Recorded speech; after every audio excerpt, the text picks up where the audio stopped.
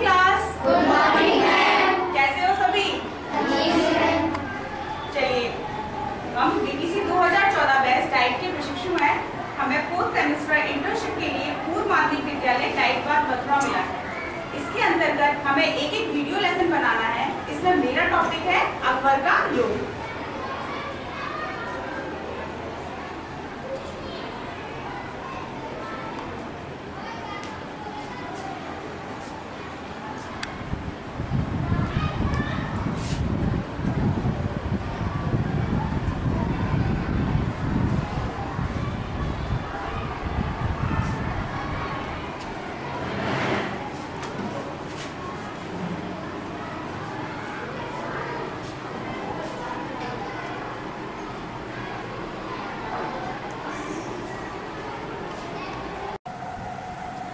सबसे पहले हम जानेंगे कि मुगलकालीन साम्राज्य की शुरुआत कब से हुई। इसकी शुरुआत बाबर ने सन 1526 ईस्वी में की। भारत में मुगल वंश की नींव बाबर ने डाली थी, जिसके आधार पर मुगलों ने भारत पर 200 वर्षों तक राज्य किया। राजनीतिक एकता के अभाव में बाबर ने भारत पर आक्रमण किया और दिल्ली का बादशाह बन बैठा और भारत में आकर राज्य किया और मुगल साम्राज्य की स्थापना की। बाबर की मृत्यु के पश्चात 1530 ईस्वी में इनका पुत्र हुमायूं मुगल सिंहासन पर बैठा। बाद में हुमायूं की मृत्यु के पश्चात इनके पुत्र अकबर को 1556 ईस्वी में केवल 13 वर्ष की आयु में दिल्ली का बादशाह बनाया गया। हुमायूं की मृत्यु के पश्चात उनके विश्वास पात्र बैरम खान ने अकबर का राज्याभिषेक किया। चलिए अब हम आपको लेके चलते हैं अकबर के राज दरबार में। आप सभी को लेके चलते हैं हम अकबर के राज दरबार में।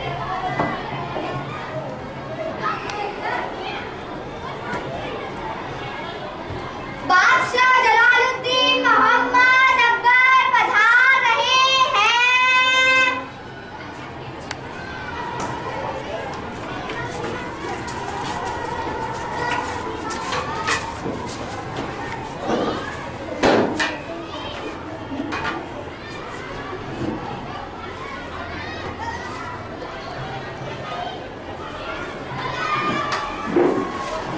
कहिए, और सब खैरियत से तो है ना?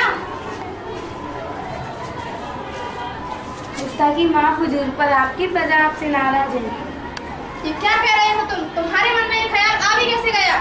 माफी चाहता हूँ हुजूर, पर हमारे सैनिक ही किसानों पर दबाव डाल उनसे लगान वसूल कर रहे हैं। लगान वसूल नहीं करेंगे तो सरकारी खजाना खाली हो जाएगा। इसकी वजह? इसकी वजह तो आप जानते हैं, शहंशाह वारिस ना होना। जी हुजूर, मैं भी इनके फरमान से राजी हूँ। किसानों से ही नहीं बल्कि तीर्थ यात्रा पे सूद भी वसूल किया जा रहा है, जिससे हिंदुओं को दिक्कत हो रही है। शहंशाह, ठीक है, हम आपकी बात को सर आंखों पर रखते हैं। हम सरकारी खजाने के लिए कोई और उपाय ढूंढ लेंगे। धन्यवाद आका। इस बार हुकूमत ने ऐलान कर दिया जाए कि लगान माफ कर दी गई है और तीर्थ यात्रा पे सूद भी वसूल नहीं की जाएगी।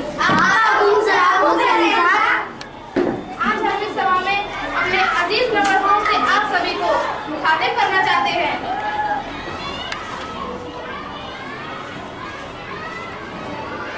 अबुल फजल हमारे लेखक हैं।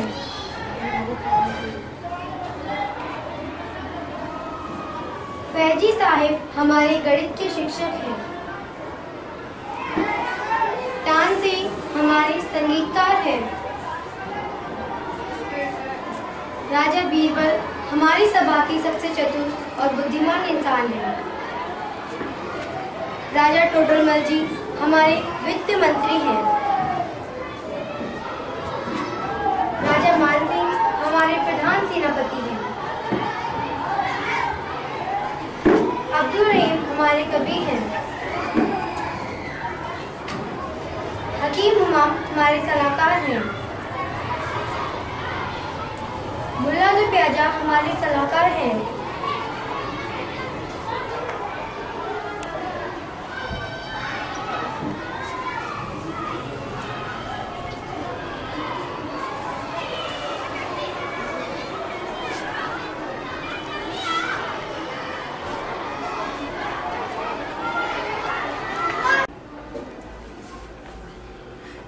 अब हम जानते हैं कि अकबर ने अपने साम्राज्य विस्तार के लिए क्या क्या किया।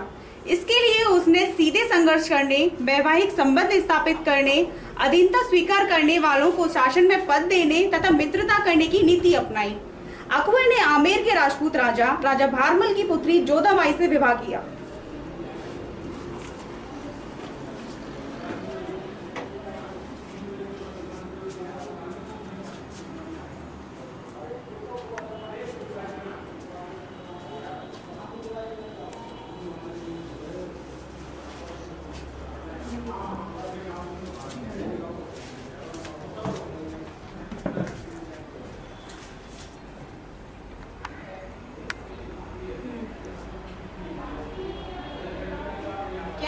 बेगम जोधा कबूल है?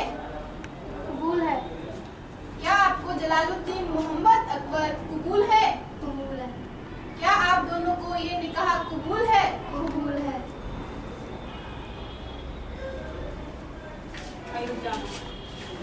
बधाई हो, बधाई। अकबर का यह विवाह हिंदुओं और मुसलमानों के बीच सद्भावना को बढ़ाने की एक कोशिश थी। इससे उसकी धार्मिक सहिष्णुता का भी पता चलता है।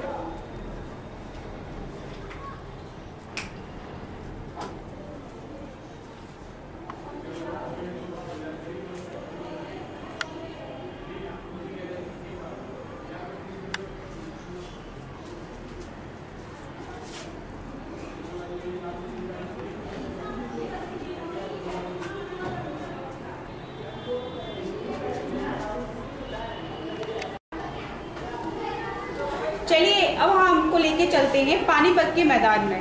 अफगान राज्य के हिंदू सेनापति हेमू ने आगरा और दिल्ली पर अधिकार कर लिया, जिसे मुक्त कराने के लिए 1556 ईस्वी में अकबर और हेमू के बीच पानीपत का द्वितीय युद्ध हुआ, जिसमें हेमू की सेना पराजित हुई और पंजाब, आगरा तथा दिल्ली अकबर के अधिकार में हो गए। मैं हूँ अकबर, मैं तुम्हें हराकर तुम्हारा सारा राज्य अपने अधीन कर लूंगा। हेमू को होते हुए ऐसा नहीं हो सकता। आक्रमण!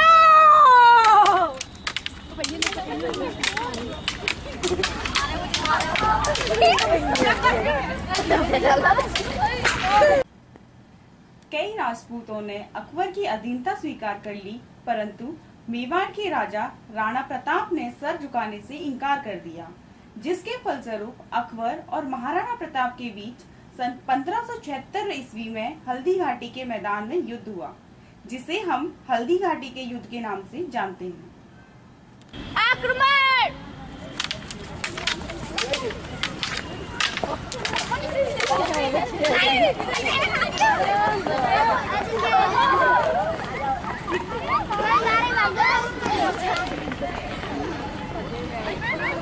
मैं डंडा प्राप्त कर लिया दूसरों के नीचे। राणा प्रताप भीषण युद्ध करते हुए बुरी तरह घायल हुए और उन्हें परिवार सहित जंगल का आश्रय लेना पड़ा। उन्होंने प्रण किया कि जब तक वे मेवाड़ को वापस नहीं ले लेंगे, तब तक वे घास की रोटी खाएंगे, जमीन पर सोएंगे और सभी सुखों का त्याग कर देंगे। अकबर ने अपने साम्राज्य विस्तार के लिए अन्य विजय भी की। इस तरह अकबर ने एक विशाल साम्राज्य की स्थापना की। अच्छा बच्चों, अब हम लोग जानेंगे कि अकबर द्वारा बनाई गई इमारतें कौन कौन सी हैं, उन्होंने कौन कौन सी इमारतों का निर्माण कराया, उन सब के बारे में हम लोग पढ़ेंगे अभी और जानेंगे। आप लोग स्क्रीन पर देख रहे हो, ये है पंचमहल। अकबर ने फतेहपुर सीकरी में हवा लेने के लिए 5 मंजिल का महल बनवाया, जिसे पंचमहल कहा जाता है। इसे पंचमहल इसीलिए कहा जाता है क्योंकि इसमें 5 मंजिल है, जिस वजह से इसे पंचमहल का नाम दिया गया।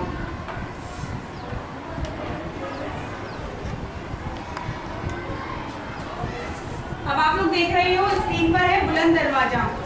ये भी अकबर ने फतेहपुर सीकरी में बनवाया और ये अकबर ने अपनी गुजरात विजय स्मारक के रूप में बनवाया था।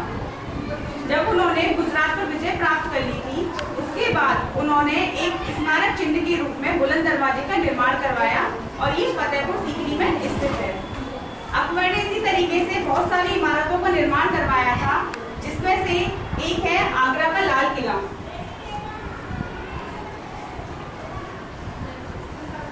जिसके अंतर्गत है दीवाने आम और दीवाने खास।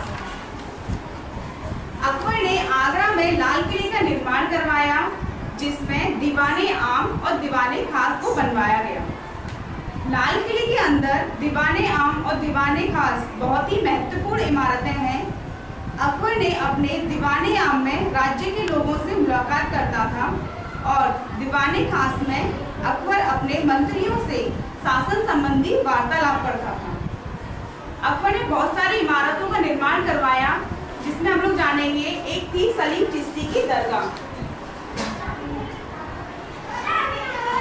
आप लोग स्क्रीन पर देख रहे हो, ये है सलीम चिश्ती की दरगाह। यह सलीम चिश्ती की दरगाह है, जिसका निर्माण अकबर द्वारा आगरा में कराया गया। इसका निर्माण अकबर द्वारा करवाया गया, लेकिन शाहजहां द्वारा संगमरमर की इमारत में परिवर्तित कराया गया। ये बनवाया तो अकबर ने था, लेकिन शाहजहां ने इसमें संगमरमर के पत्थर द्वारा, इसको सफेद आपको दिख रहा है, इसमें संगमरमर के पत्थर लगवाए गए, जिससे एक संगमरमर उसमें इमारत में परिवर्तित हो गया। ये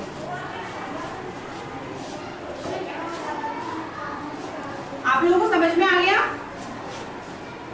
तो कौन कौन सी इमारतें थी? पहली थी पंचमहल, जो कि फतेहपुर सीकरी में स्थित है। दूसरा बुलंद दरवाजा, जो भी फतेहपुर सीकरी में स्थित है। तीसरी थी सलीम चिश्ती की दरगाह, जो आगरा में स्थित है। चौथा है हमारा दीवाने आम, ये हमारे लाल किला है जो आगरा में, उसी के अंदर है दीवाने आम। दीवाने खास, ये भी आगरा के लाल किले में है और ये भी हमारे अकबर ने ही बनवाया था। अब सबको समझ में आ गया कौन कौन सी इमारतों का निर्माण करवाया था अकबर ने?